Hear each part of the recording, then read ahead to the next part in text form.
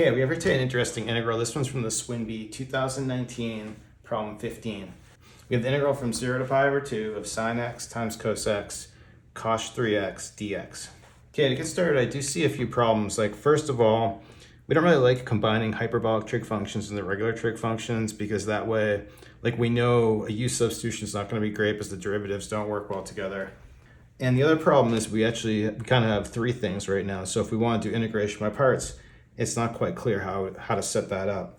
But that second problem is actually not a problem at all really, because if I multiply by n by 2 here, then this right here is the same thing as sine of 2x.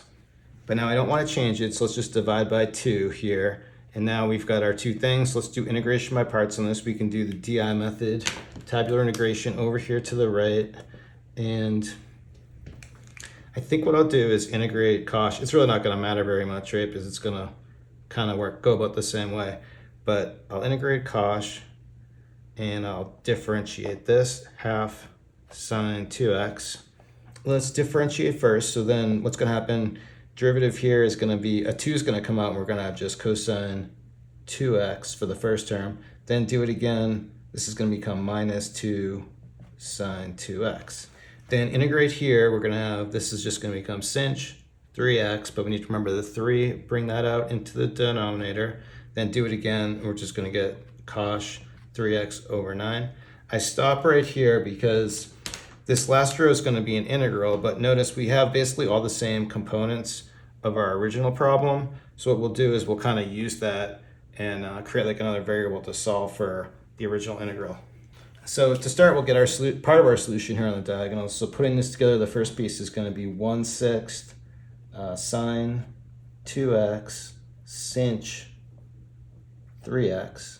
And then for the next part, we're going to have a minus 1 over 9 cosine 2x cos 3x. And we're evaluating this. I'm going to kind of do this all together on two lines like this. And we're evaluating all this from 0 to pi over 2.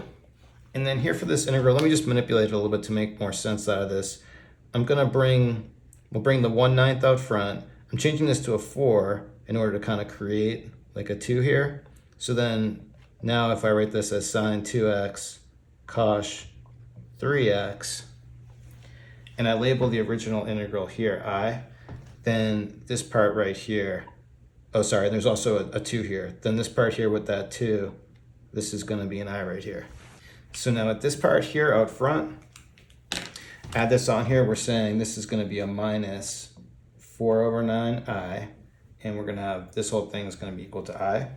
But in order to get rid of this, let's add a 4/9 I on both sides.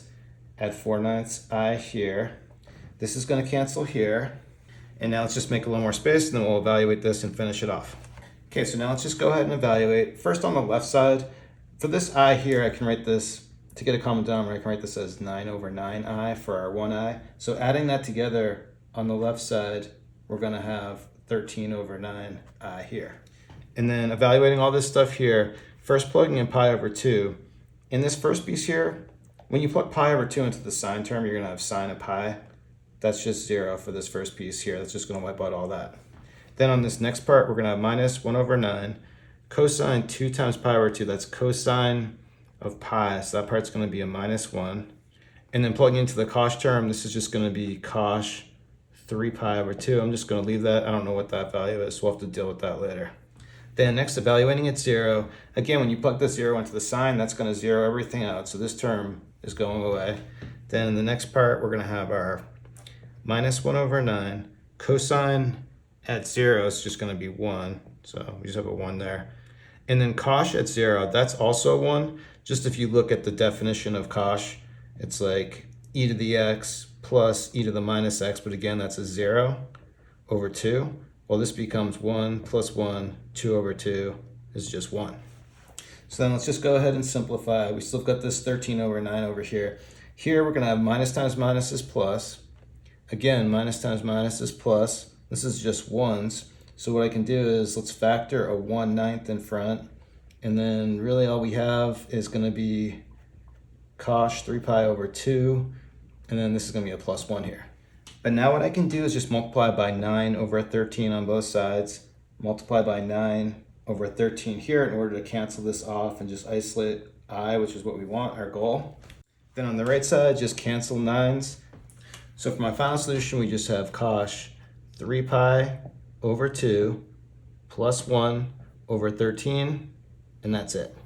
Okay, there you have it. Good problem from SwinBee 2019. Thanks everyone for watching. Have a good day.